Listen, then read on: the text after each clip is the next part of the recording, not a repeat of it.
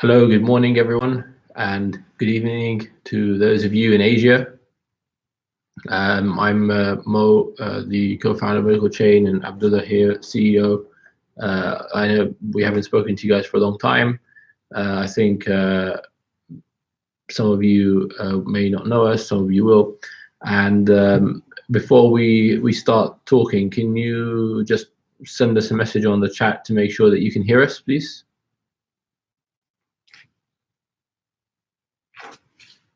We'll just also wait for a few more people to join because we just posted the live link on the various social media platforms.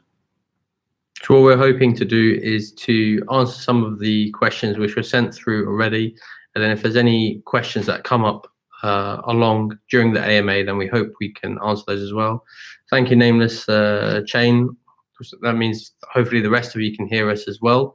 As similar to all the other AMAs, they should last about half an hour. And obviously, if you have any further questions after that, just send them through. We can get to them one by one. Okay. We have circulated a Google form before the AMA, so we did get some of your questions, which we'll get to answering. But I thought before we do that, we can just give you a general update on Medicalchain and the progress of the project and what we've been doing over the last few months. I know we haven't done an AMA with you guys for a long time.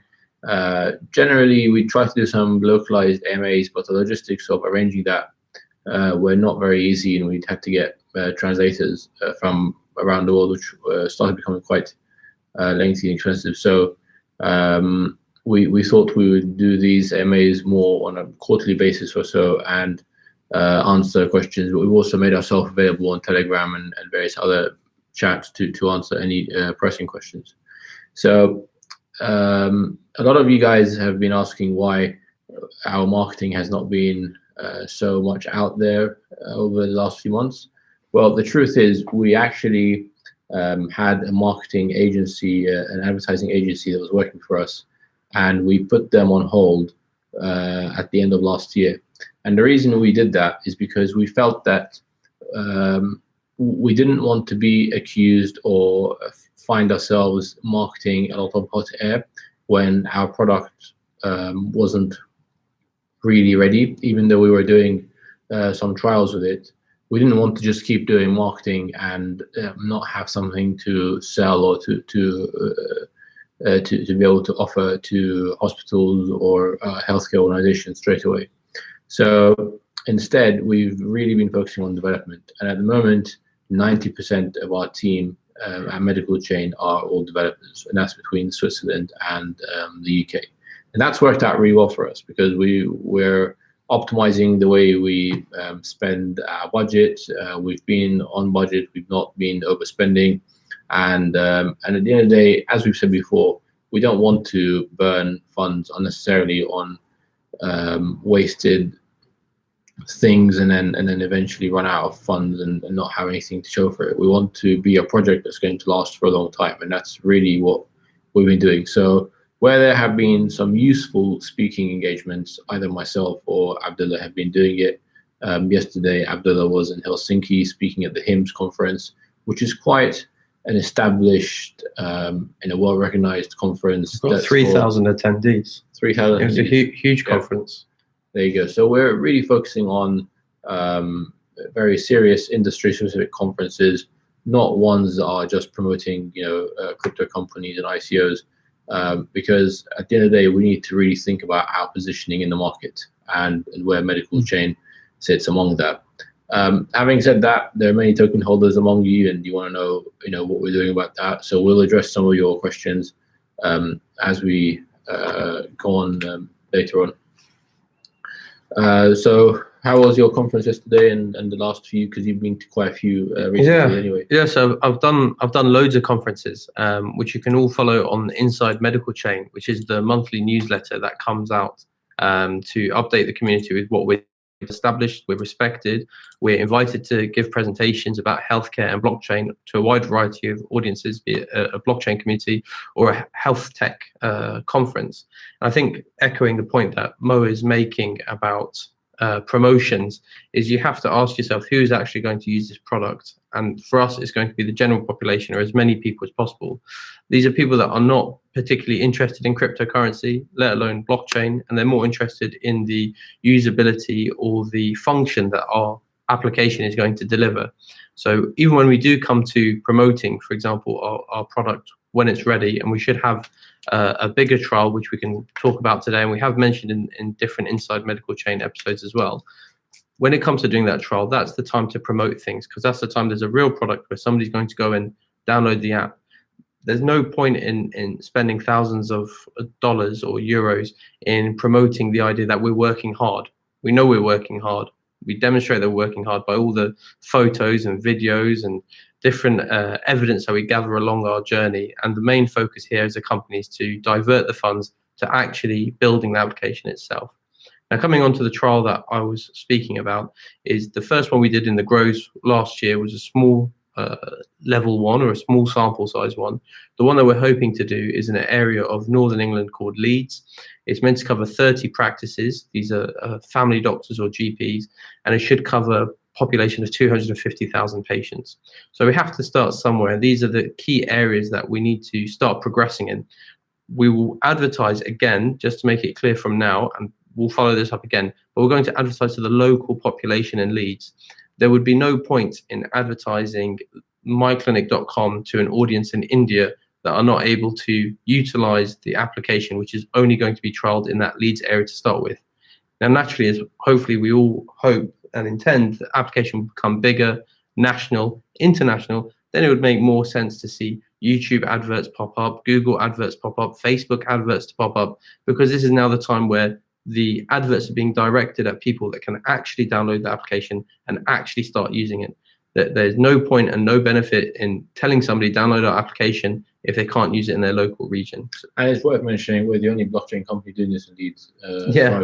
So it's definitely, I mean, it's definitely first in the UK. I don't think there will be any, as far as we know, I don't think there are any other companies that are close to what we're trialing on a medical level. And again, I would encourage most people in this AMA, I mean, just the fact that you're joining the AMA or watching this video afterwards, demonstrates that you're quite switched on community member that's trying to follow us closely.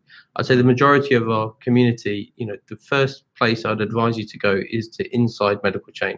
You have latest screenshots of what the application looks like, latest screenshots of what the desktop web browser system looks like as well. And that's the best place to start looking and asking specific questions, because it's very difficult to answer, what have you been doing all this time? We've been doing loads and loads and loads. We can't demonstrate that in a half-an-hour AMA, and that's the reason why we publish a monthly Inside Medicalchain. So on to that, let's talk about MyClinic. Yeah. Let's talk about the development roadmap of MyClinic and what patients can do with that. So the development phase has been 2 steps, I suppose. One has been creating an application that's really useful for patients to access healthcare and different healthcare services from an existing doctor that they would otherwise have to walk on foot or travel to go and see them. And the other side of it is obviously creating an interface that's useful for doctors to be able to use and understand the patient needs and communicate with the patient effectively. So how have you found the development journey of building that application?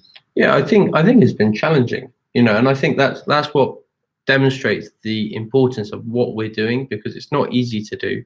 And the fact that we're taking on this challenge, and whenever we talk to people about the challenge that we're taking on, they're always impressed by our vision and our ambition to deliver this. And I think demonstrating that the fast growth we've had in a short space of time, it really bodes well for what we're going to deliver in the future.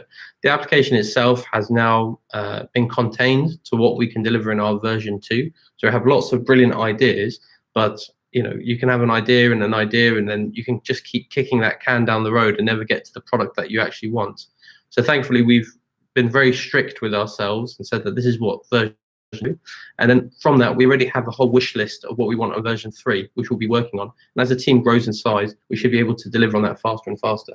And let's talk about a bit more about functionality of the application. So just to, I think we should explain to everyone what kind of functions the application is going to have. So what can we expect patients to be able to do with the application in version 2? Yeah, so the application in version 2 is a complete reworking of version 1. So version 1 was meant to just demonstrate the ability of you having an area where you could see your notes, for example, and conduct a video call, which you could pay for using med tokens.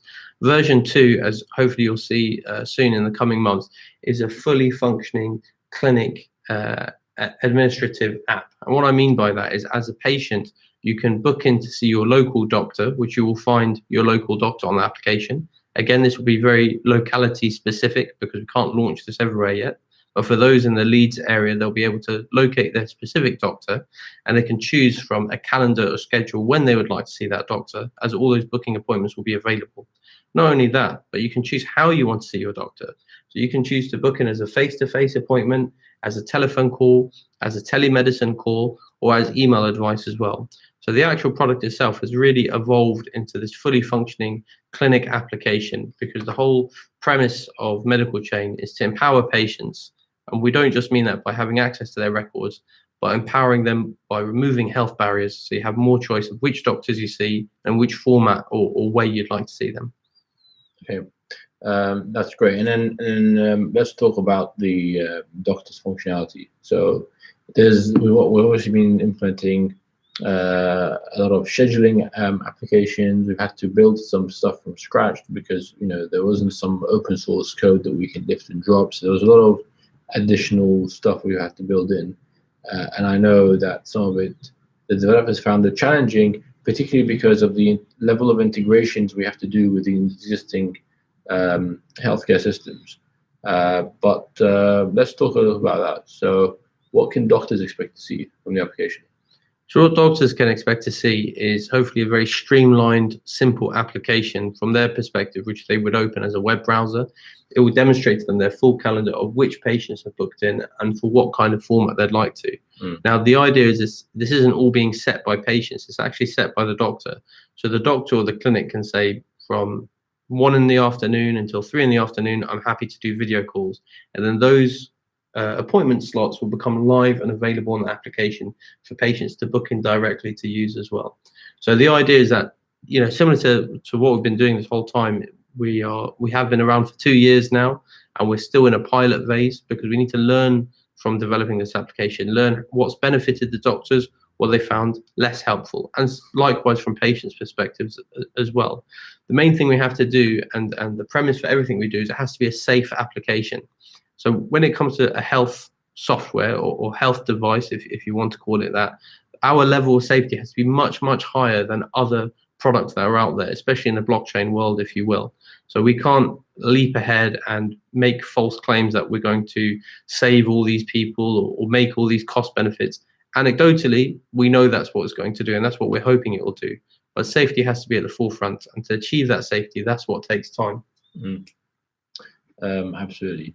Now, so that's about My Clinic, and we will have this hopefully released in the next 2 months. And as Abdul said, if you want to see some screenshots about it, you can see that in the Inside Medicalchain. When are we releasing the next Inside Medicalchain?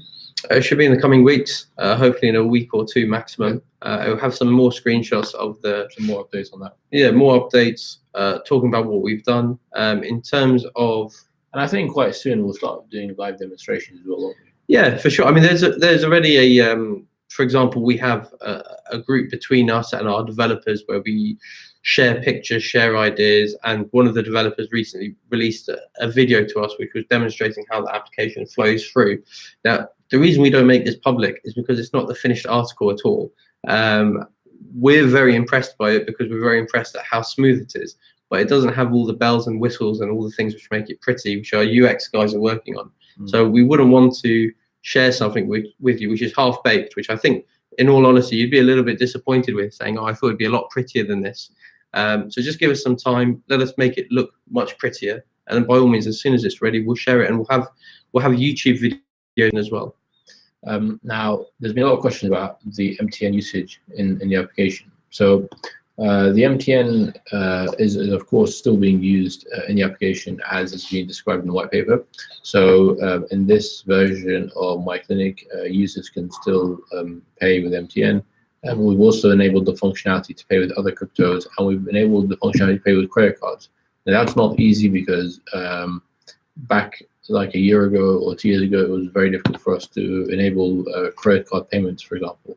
And we also saw that if we had kept it in Bitcoin or MTN, the lack of, it would be very difficult to get adoption. Now, as you know, MTN is a utility token, and it's used to power the platform to pay for the services.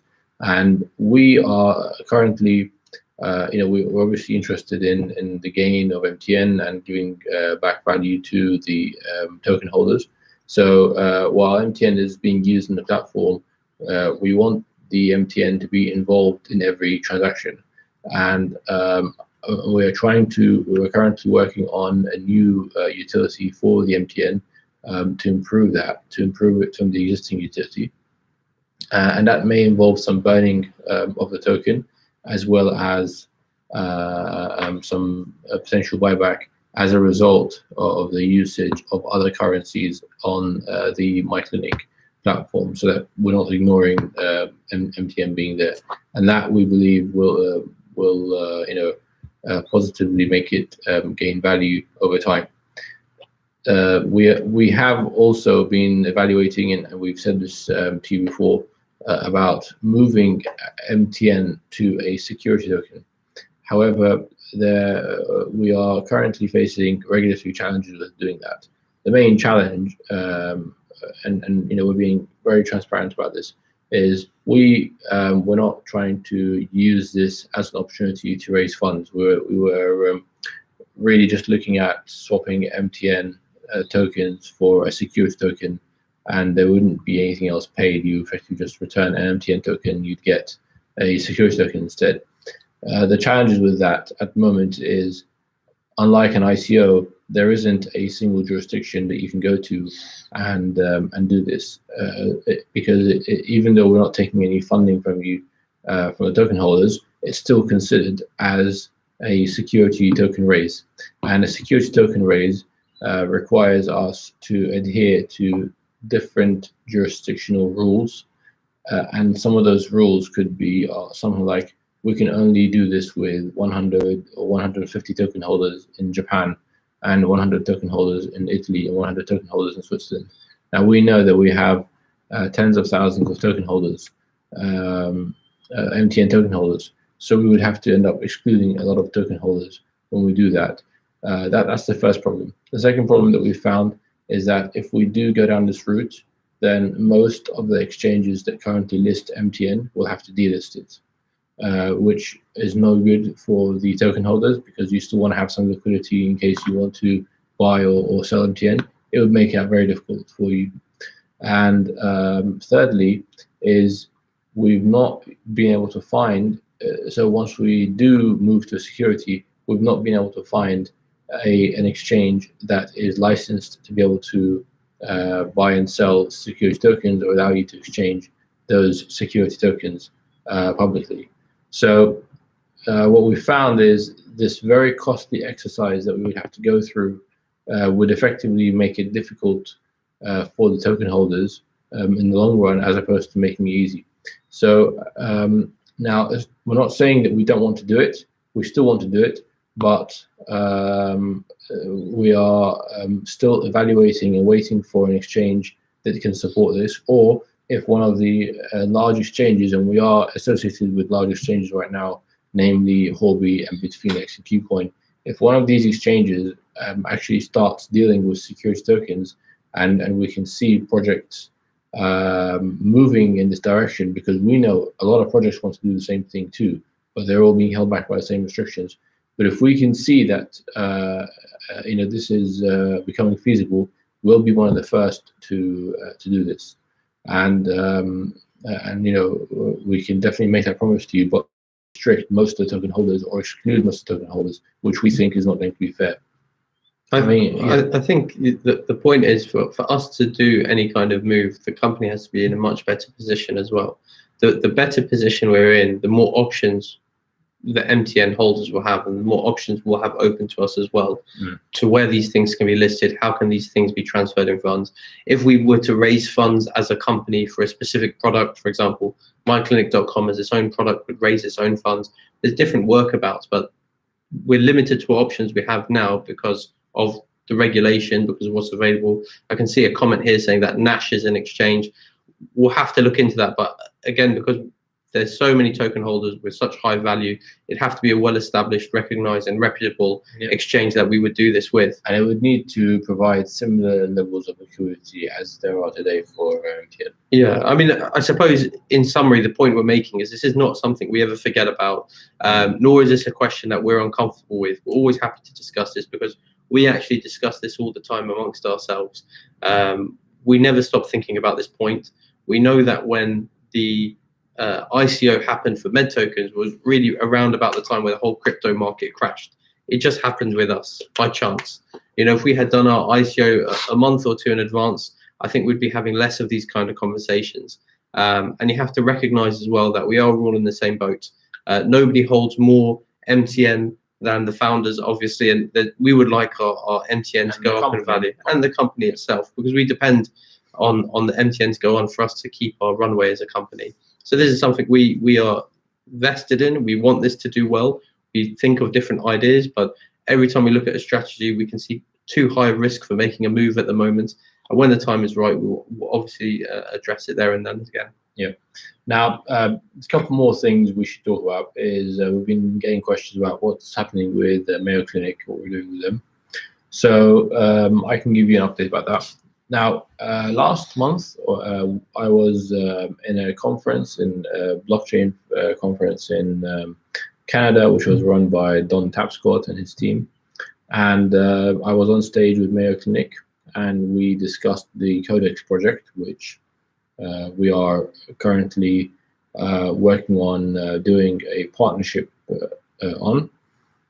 The Codecs Project is basically a patient-reported outcomes application, and it's for melanoma cancer patients. And the idea behind it is that Mayo Clinic has a very specialized research center and treatment center for treating melanoma cancer patients, and those patients travel far and wide to get to Mayo Clinic to get this treatment. Now, because of the cost, it means that this treatment is generally restricted for very privileged individuals. And what Mayo Clinic wants to do, and what we want to do, is make this treatment available to more people. So with the use of MyClinic and with the use of blockchain technology, we've identified a way to allow patients to receive the treatment at home, and they report the outcomes to the doctor at Mayo Clinic, where the doctor can keep up to date with them. And where they need some medical intervention by a clinic, then it will be done locally to them rather than at Mayo Clinic, where a nightly rate is very expensive, and the doctor's time there is very expensive as well. So this is the application that we're working on with them right now. Now, we haven't announced it because there are still some... Haven't signed anything. Yeah, there are still some legal, partnership things that we need to sign with them. And, Mayo Clinic have made this public in the conference, so that's why we're talking about it. But we don't really want to talk too much about it because it's not official yet, and we're waiting for various agreements to be in place for us to make it official. Now, there have been some delays and challenges, as you'd expect working with a large corporation. We're ready to go, but most of the delays are from their end, and this is something that's, again, highly expected. So we are doing what we can to make this happen, and as we get more updates, we'll of course update the community about that. The a journey for global expansion is Abdullah went to China about, I think, a month and a half ago. Yeah, maybe 2 months ago. Maybe 2 months ago. And well, I suppose you can talk about your China visits and what you saw, what we were looking at doing in China. Yeah, so I was in Shanghai, seeing various hospitals with the Ministry of Health to look after Shanghai. So for people that are not familiar with it, Shanghai's population is 30 million people. So that's just one city in China, essentially half the population of the UK there. I went to different hospitals and I went to one specific district there. They were very interested in our application. I was able to demonstrate to them what we had built so far and where I envisage it being part of their system. China is a very fascinating healthcare system. There's some areas which they're very advanced in. So, for example, patients were able to go up to booths directly and use their phone with WePay or their WeChat to directly book an appointment with a doctor. It's not the most efficient system because they might not necessarily need to see that specific doctor, and they're booking an appointment with what they think is best for them. They lack what we call a primary care service, which is a family doctor or a GP. And this is something that they're actively researching and spending billions and billions on at the moment, because they realize this would make their system much more efficient and bring it in line with other countries such as the UK and other healthcare systems as well. And they see Medicalchain and My Clinic as being an important step in trying to introduce that primary care doctor level of consultation into their healthcare system. So we had a very good discussion there, very promising. We are in the active moment now of trying to register our office in that area and try to spend more time and investment into actually making an application suitable for the Chinese market. So that is after we had a very good talk, saw different hospitals, saw the need that's there, saw the funding that the government are willing to back and put behind applications such as ours. So currently, if you wanted to summarize how we're stretched, we're obviously working in the UK because as a doctor in the UK system, this is a low-hanging fruit for us, and one that once you get the NHS stamp of approval goes a very long way in the international healthcare market. We're still working with Mayo Clinic, as Mo has explained earlier as well, and we're hoping to expand into the Chinese market. I can see one of the comments was asking specifically about the Olympics, and I imagine you're talking about the Japanese region. We will actually be in Japan towards the end of July, and we're just trying to discuss with some of the organizers over there if we could meet some of the Medicalchain community out there. We don't have anything to sell. It's just, I think people that don't speak English as their first language miss out on a lot of these updates and feel left in the dark. And so hopefully if we can go out to Japan on our travels towards the end of July, we can answer these questions face to face and hopefully do more than a half an hour AMA than what we plan to do this morning with yourselves. Yeah. It is a holiday period in Japan and we're going to be there, but we will try and organize an AMA or a live AMA meetup with the Japanese community. So do look out for that. Other than that, thank you for your time and for watching us. We are, of course, always available to answer any questions on some of the Telegram groups. And I think we provided you a bit of an update about the overall project that we're working on.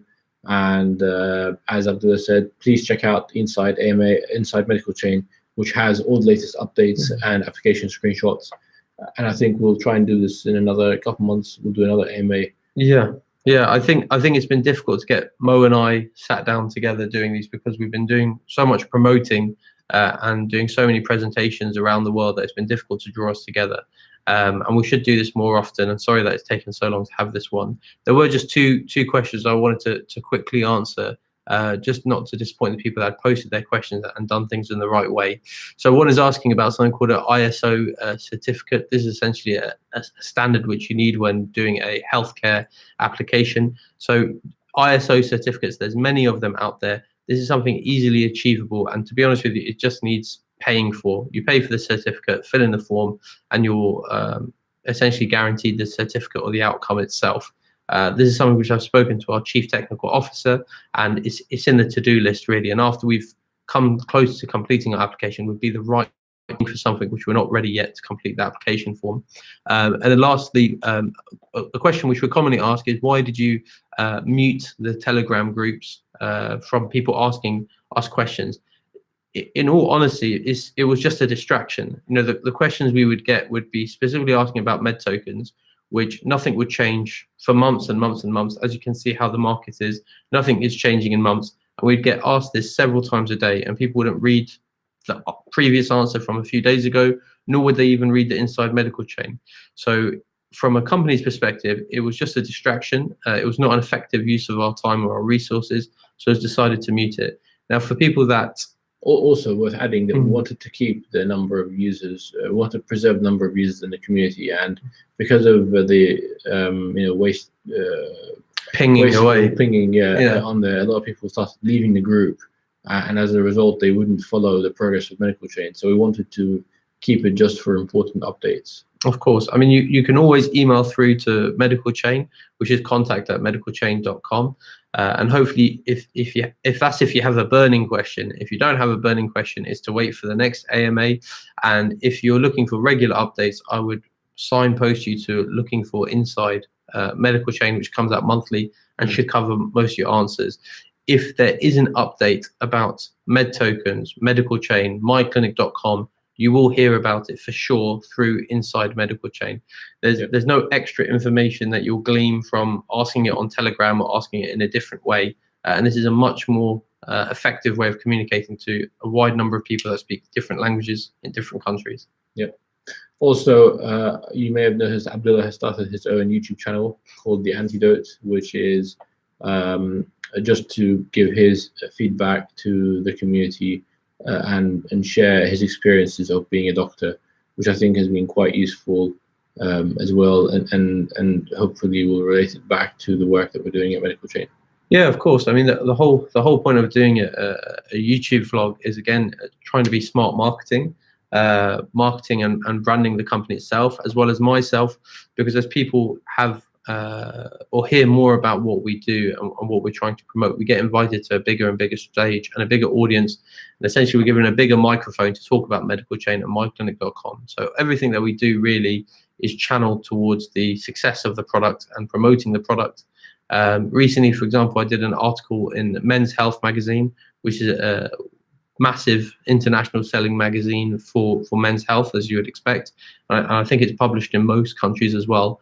The only reason that came about is because of the YouTube videos, but by writing in that magazine, I'm able to put Dr. Albiati, Medicalchain CEO, of which people then go in and look into what Medicalchain is. So we're trying in different ways to get our name out there, but we have to do it in a cost-effective manner. I enjoy making the vlogs. I encourage you to follow the vlogs. And if you could like, share, and subscribe, and the main thing is to share it with your friends so that we can generate more buzz about it and hopefully divert the attention to Medicalchain in the end. Yep. Okay. Thank you very much, guys. And keep your questions coming in the future. We hope to see you in the next AMA, which we'll schedule in about 2 months, or probably towards the end of the summer. Well, we could, in July, end of July, hopefully. Yeah. Yeah. We'll try and do something. Okay. Thanks, guys. Thanks for your questions. Bye-bye.